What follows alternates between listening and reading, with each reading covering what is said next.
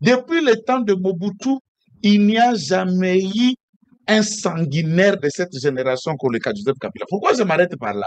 Avant qu'on analyse le discours Papa Sango, il faut nous connaître que moto n'a pas tenir discours. Na communication, c'est la théologie, c'est la communication formelle tout court, il y a des communicologues. Bakoye bisaka avant batoba yo kayo, bakoye kanan moto na naza koloba. Et moto za tenir discours, vous êtes les 50% de ceux qui va captiver l'auditoire n'enge bakolandela yo. Alors qui est Kabila? De ses origines, de sa gestion, rien ne plaît dans sa faveur. Tous les Congolais unanimes, excepté quelques poignets comme Barnabé, Tobalié à Kabila Mibalo Bazar Katia Plateau, qui ont signé et ensemble d'accompagner Kabila dans l'appel de Barnabé, peut-être excepté Barnabé. Et nous l'appelons. Kabila n'a jamais été produit d'une académie militaire avec une spécialité militaire bien définie. Tout ce qui était au maquis avec Mouzé Laurent Désiré Kabila, Aboma Moutunios, à Tamokwaza vivante. Le tout dernier magistrat qui a siégé dans le dossier à Mouzé, c'est le professeur Moukoutou, à Silicié. Il parle de l'armée. Il peut expliquer aux Congolais, le Congolais ont crié à Mamadou Ndala. Mamadou Ndala combattant les Rwandais, ses propres frères. Qui a tué Mamadou Ndala? Lequel des journalistes qui n'a pas piégé Mamadou Ndala n'a interview 2 semaines avant l'assassinat de Mamadou Ndala? Sylvie Bongo. Interview, question et tout, comme tout était déjà préparé pour piège. Retournant, il a été abattu par un des hommes de son propre Kabasoda Naïmoko, de Babouma Amadou. Ce n'était pas la balle de l'ennemi. Il peut expliquer au Congolais le ban armé, Baouma Koufa Ndengenin. Yazo le ban armé, à quoi expliquer Mbouza Mabé Koufa Ndengenin. Général Sylvain Bou qui gérait les finances et FRDC, l'état-major général. À Kouti, Mbongo Ekota Kapon armée, ils ont utilisé moins de 1 quart. 3 quarts raison on a fait dans ses comptes. Et tout le péché que Sylvain Bou, dans le Banatevet, Sylvain Bou qui a péché, c'est d'avoir demandé à Kabila pourquoi cet argent rentre. Les militaires manquent les rations, les militaires manquent de munitions et il y a des besoins permanents.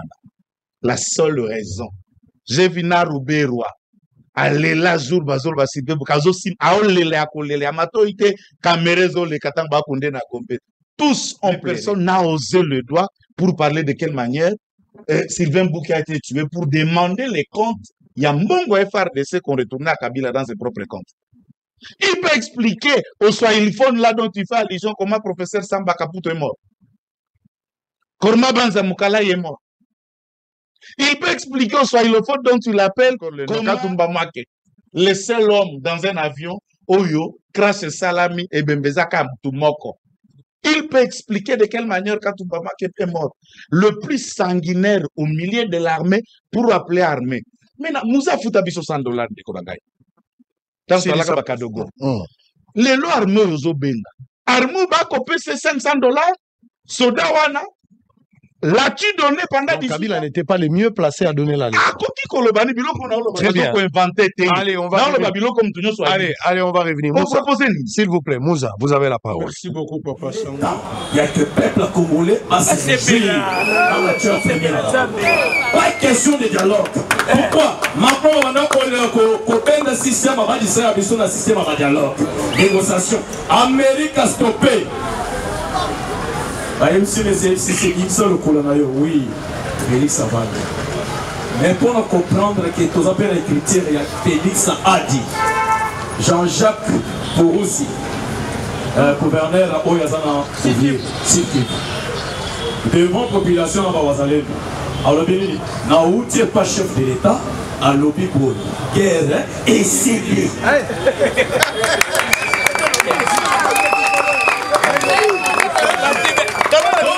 Parce qu'il y a des tomates. Il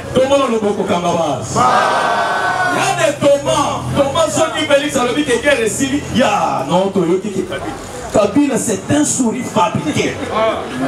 C'est monstre du serpent. Un souterrain qui pique comme un scorpion. Mais quand on s'intéresse par Kabila, parce que Kabila le Kabila. Babanda qui déjà Koboma, à côté de Kakala, à côté de Kakoma Bibaka. Et Talibi sauté. Mais, Nenge Félix alobi que makila ya peuple congolais tobeni bango. Pourquoi le 10 alobi bongo toza que n'est pas Simon qui manque. Simon qui manque alobi que quand le fils du pays, le roi soleil, a cause au pouvoir, mais retour ya bavena ekozala mabe koleka ya babelge. Bavena retour na bango ezali affaire baport bandako baimmobilier batongi awa ebele eza ya bavena. Maintenant bakomema biloko wana bakenda yango na Rwanda te. Na kati ya bandako na bango bakundi bambongo. C'est très difficile babima na mbongo na aéroport. Pourquoi bila azobaluka kaka bango na Moïse? Parce que komengo na bango etikali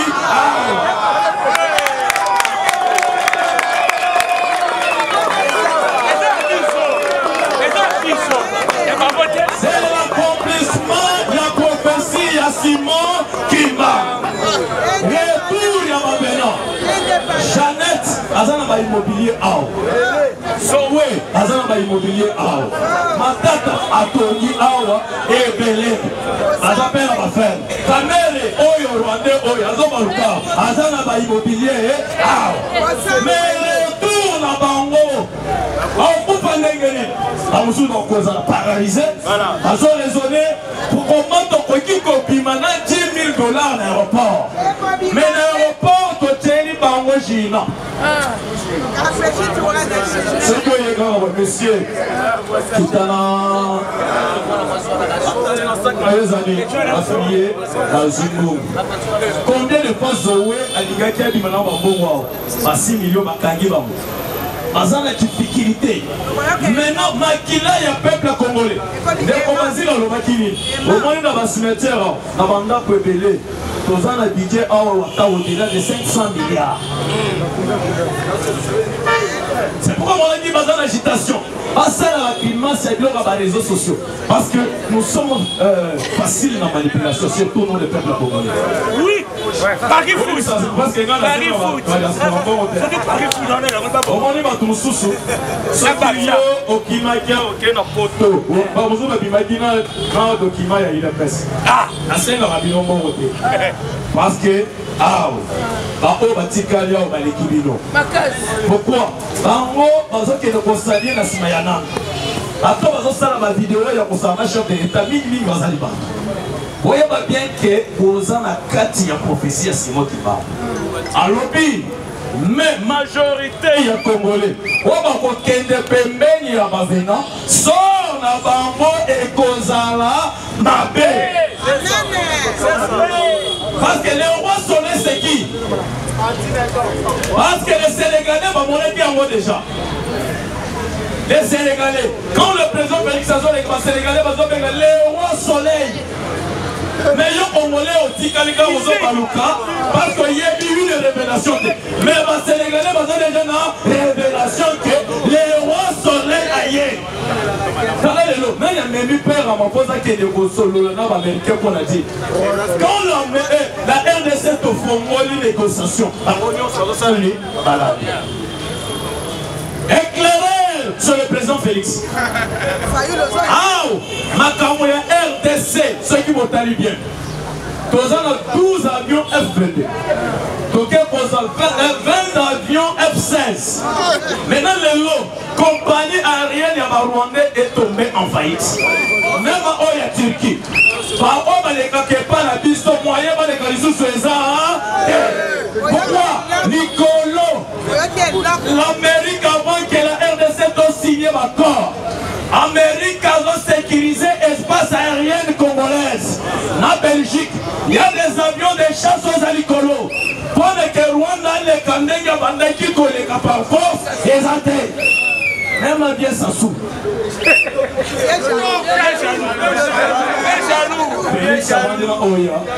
Océan Pacifique. Alors le Balisou c'était à Montalaba. Pourquoi? On se remet dans l'agitation. Non, retiens dans mon tour. Gouvernement et l'Union nationale, pas question il y a géopolitique. Parce que je suis aussi témoin. Avec le ministre quelque part, et pas battu à Barati. tokomi na hôtel en tovani nayoki kaka balobi non bino bacommunicateur ya Félix bipale bozolobela mpe Bahati aza lisusu na bango confiance te nasote na bi merci pour l'information. C'est moi le premier ennemi à Bataba. Je suis le plus vous allez. Bahati c'est un Rwandais. On peut signer une formation dans ce pays le président là-bas. Azana bango musika. Comment on va dévoiler nos sauter la bien pour la ligne. Naï, vous colobé la Bahati. Non. Bahati lamba. Pourquoi la géopolitique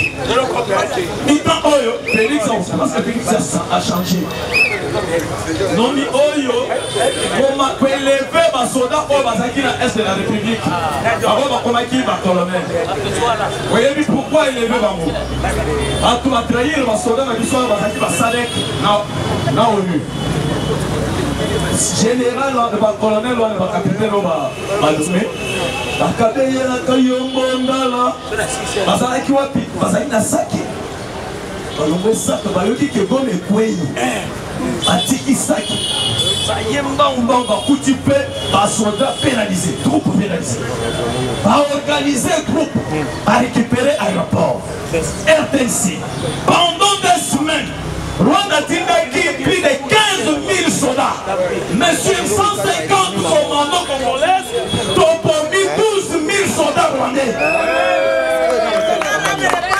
Mais non, soit qui trahison les alliés que bango alinga bakota na Rwanda. Et trahison les alliés déjà. La chance, Félix Ndenge Lobaki a dit qu'il n'a pas négocié la 1,23 attaque et baillé. Donc on négocie, Batinda qui Serge Chibao. Na Jacques Tshisekedi aux États-Unis. Le département, na Bob Biden. Autant la page, au moins on a Bob Biden. Azak frère au piste congolais. On a dévoilé ma cambouille blanchissement. Il y a ma capitale, il y a ma Rwandais. On a l'expert na liste, il y a Paul Kagame dans la liste. Ah, tous les présidents africains. 12 ans, Donald Trump aïe, aïe ma paix. Oh, Tongi Bandang, aux États-Unis, à Botoli. Oh, Tongi, aux autres, bâtir à luxe, Amérique, à Saïli, à Botoli. Mais, Kabila, Paul Kagame, Ivan Kagame, Makamana Bangwe, Sawa. Dans les moments difficiles. C'est que mon Kabila, le Maïki, on doit coincer Kabila qui est le boulot, c'est Paul Kagame. Rwandais va se retrouver en faillite, crise et côte. Mais ils sont tous souffrir, il s'appelle aux agresseurs. A imposer pression pour toi. On doit savoir que Kabila aille à Goma, c'est Paul Kagame. Baye, paix. Le président, le prophète de la nation, les garants de la nation, le Baki, que non, le numéro 1 il a obsessé Kabila. Et on te dit au moment de l'instruction. Pression et qui pour non, dans les États-Unis, Bayebi m'a envoyé. M23 va éviter. Massad Ayebi Kakana, Ayebi l'armée rwandaise, la RDC. Négociation de Zakacha pour ça, on a Bayebi Bayebi Kabila Nangate. Là, Moïse, Baron, Bazosa Makele, Bayebi Té. Moïse. Moïse a été pour un compte X et Elon Musk. Oh, Mathieu, premier dans la RDC. Ah! Américain va tenir. Mais satellite des acquis Koulo. Provisé au moins 59 blocs pétroliers. Maintenant, il y a une éclair. Mathieu, on est en Katakasai. Mathieu, c'est plus cher du monde. Mais non, pas Congo pays. À 5 autant, il y a plus. Mais Moïse, on va aller là, on a le coronavirus sur les États-Unis. Après, on s'est réunis dans le but que le mensonge, il y a soi-disant opposant congolais. Le mot pas le il a marqué pour ta cara. Nani, Félix a vendu dans le Nani a ôté le militant. Parce que Topi Manamaka biloko ya les réseaux sociaux. Oui. Parce que baza nul, baza sous la force. Oyo, c'est la prière. La genou, c'est la science qui élève toutes choses. Parce que tu as la promesse. Promesse nous en met à Kiti. Amen. Amérique, Donald Trump, par exemple, dans un Kenya, a petit balaxier, n'est pas sur la bango, a vomi, a miné, a zéro, c'est bango, ok, ça va. Ramaphosa, Kotara, na solo, il y a RDC, va. Trump a dit non, papa, Kangala, Makambo, il y a RDC, na Rwanda, Talibi, non. Ils sont aux besoin de vie humaine. On a sauver vie humaine. Si, comme Makambo, l'intermédiaire, ils sont trop besoin de ça. Ramaphosa, j'ai déjà mon collaborateur Massad, Salama, malade. Parce que Ramaphosa a un système pour nous distraire. Mais Dieu du ciel a abandonné ma maison blanche. Abandonné ma maison blanche. Maintenant, confusion et condition sur la catholique. Oh, le papa est libre, ça va nous secourir à Bango. L'hypocrisie. Mais papa Léon, oh, il y a l'idée de rapport, il y a un concept. Alibi de Wanaté. Alors, non. N'ayez pas votre mission de Yebi, papa, maman. N'ayez pas le mission sur 5 ans. Personne. Parce que papa a l'idée de l'objet que guerre est celle et si. Car papa est égal là, Donald Trump. On sentit maintenant que Macron a souvent moyen pour imposer papa que non, il fallait appuyer ses côtes. Parce que ça dit maintenant étouffé. Il est temps que le peuple congolais doit se réjouir. Tobi Manabadou, c'est que non, au monde Kabyle. Kabyle là, c'est un épouvantail. Bientôt là, au monde de Guéba, on s'en est à l'aide de la République, c'est Seko, Bocheko. Alors, Toko Kangaye, soit à profit. Parce que, mi-temps, on sait que tu as bien. En Nyonso, en Osamaï. Avec lui, vous avez fait l'histoire, il y a tennis et du sauce. Lumba, on s'est intéressé par Lumba. Parce que d'ailleurs, on n'a plus négligé ça. Le président Félix, c'est une institution. Paul Kagame est un criminel, la population n'a pas été. Maintenant, on a ça va dans le chef de l'État. On a attaqué dans le petit Moutamba. Moutamba. Tu es le ministre de la Justice. Nous avons attaqué Jacques Chaban, ministre intérieur. Nous avons attaqué Angers de la Ner, Yusuf Kaka. Nous avons attaqué le directeur de l'ENIAB. Le président Félix, c'est une institution. Oui. Je vais attaquer Berando, le directeur de CNS. Je vais attaquer Oya Défense. Pourquoi ça? Oh, maison militaire, c'est un hypocrite. Mais non, nous avons attaqué Bango Nyonso. Nous avons dit que le président Félix, c'est une institution. Oui. On a montré mon bagage dans le parti politique. Jacques Chaban, Bolongolango. On a dit un parti politique, Yandouma. Yandouma, solo.